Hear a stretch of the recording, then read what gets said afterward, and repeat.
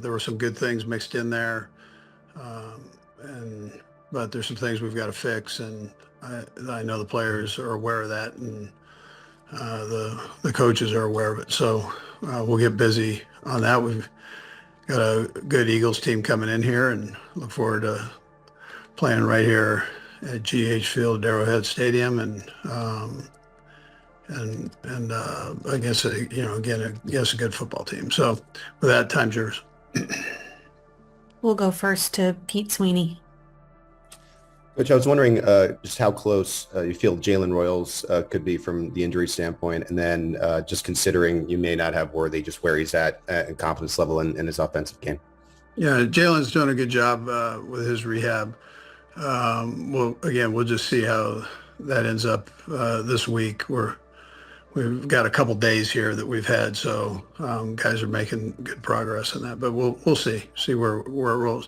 If neither play, we've got the guys that we played with the other night that are good football players.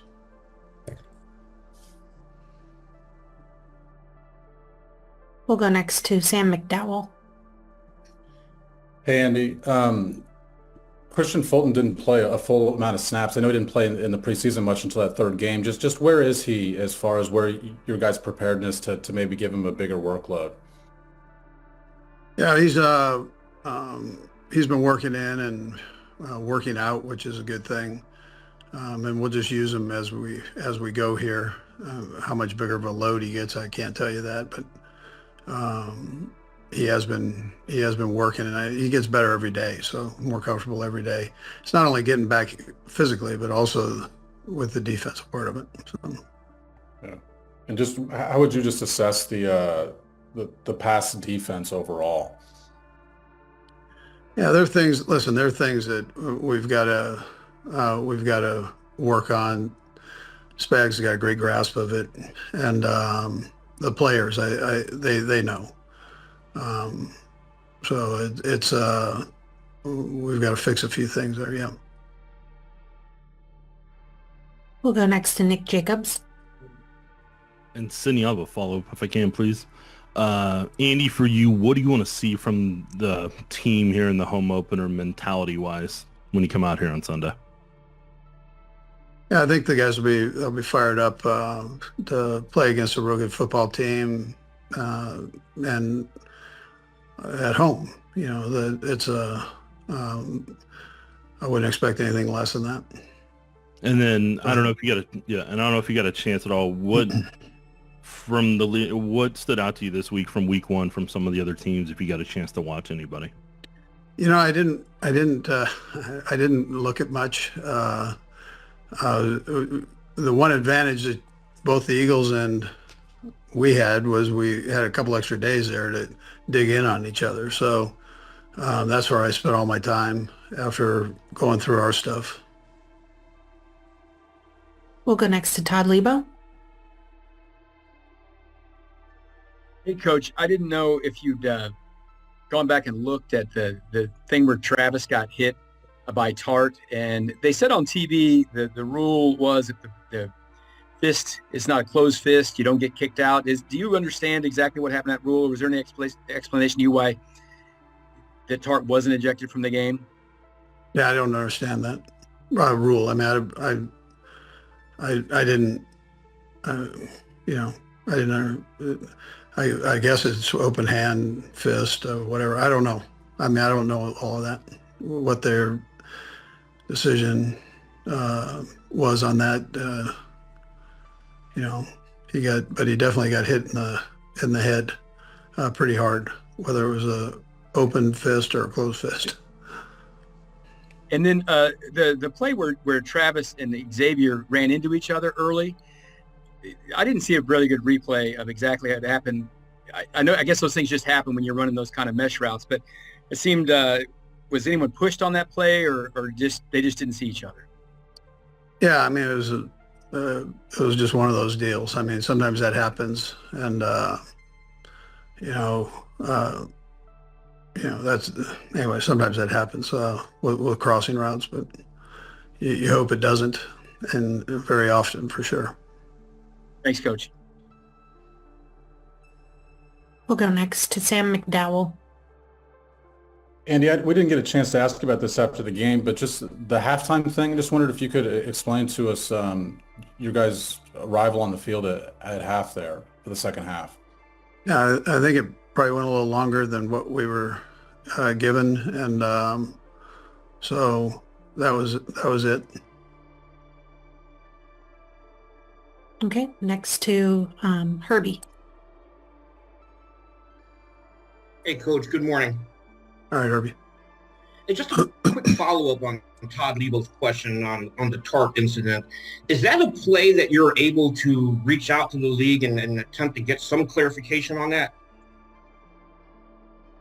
Yeah, I think it's the open hand, closed hand deal. I'm not sure how you determine that, but which hurts more?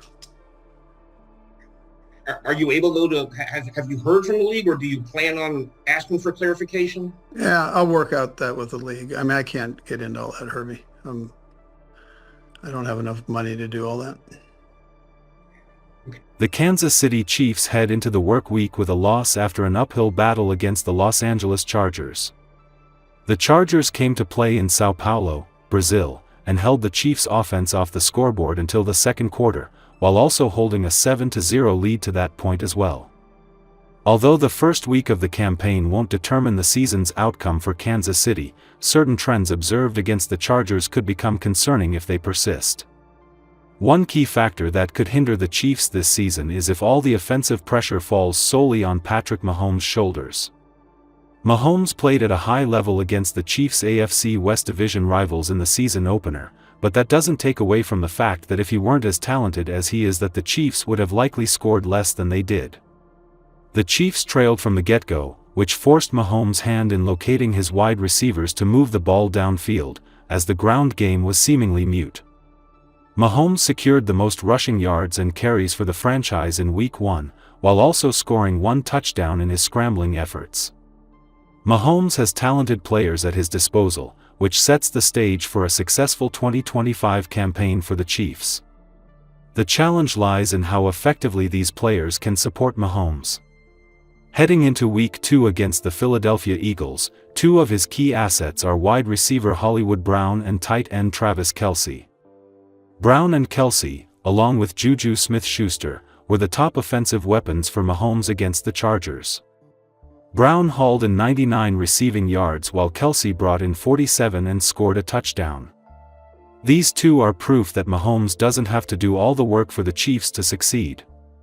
If the Chiefs enter Week 2 with a struggling running game that requires Mahomes to lead the team in carries and rushing yards, it could ultimately result in their downfall. For Brown and Kelce, becoming the top two receiving options will enhance the franchise's reputation and earn respect from their competitors. The Kansas City Chiefs have obvious concerns when it comes to reliable targets for Patrick Mahomes. Travis Kelce has been slowed down by Father Time and isn't committing beyond the 2025 season. Knowing the importance that Brett Veach and Andy Reid have placed on the tight end's leadership and legendary production, there is zero chance he ever wears another uniform. If Kelce wants to continue playing, it will be in a Chiefs uniform. With that said, fans can't help but notice the lack of extension and consistent retirement rumblings. Kelce has a well-covered off-the-field life that has opened up endless opportunities once he does decide to call it quits. When that does happen, it will become glaring just how obvious Kelce's GOAT case is as the best to ever play the position. Still, the idea of the legend walking away brings up obvious concerns, with one of the obvious fallouts being looking for a potential replacement. While you're never going to find another Kelce, there is one potential fit that is looking more enticing after Week 1 action. Njoku has offered consistent production throughout his career, but Sunday's action showed off how dominating the tight end could be if put in the right system. Totaling only 37 yards is far from impressive, but this is closer to a 100-yard game when you're playing with Joe Flacco and a limited Cleveland offense. What makes Njoku so exciting is the fact that he is a walking mismatch. The pass catcher's massive frame is perfect for the style of Patrick Mahomes. Importantly, Njoku is a name often floated in trade rumors and is on a Browns team that should be sellers at the trade deadline. Beyond that, he's also set to be a free agent next offseason. While Noah Gray remains under contract, it is easy to argue the Chiefs should consider making a move on Njoku soon, rather than waiting to see how the rest of 2025 goes for Kelce. With Rashee Rice, Jalen Royals, and Xavier Worthy all on the shelf, it makes sense to bring in Njoku in a trade with a clearly tanking Browns team. If the Browns are willing to deal, it could make sense to go ahead and pull the trigger. This further protects Kelce, allowing the legend to save his best moments for the end of the season and inevitable playoff run. Regardless, Njoku should expect to garner interest for the league's prestige organization sometime over the next year. There simply is far too clear a fit to ignore.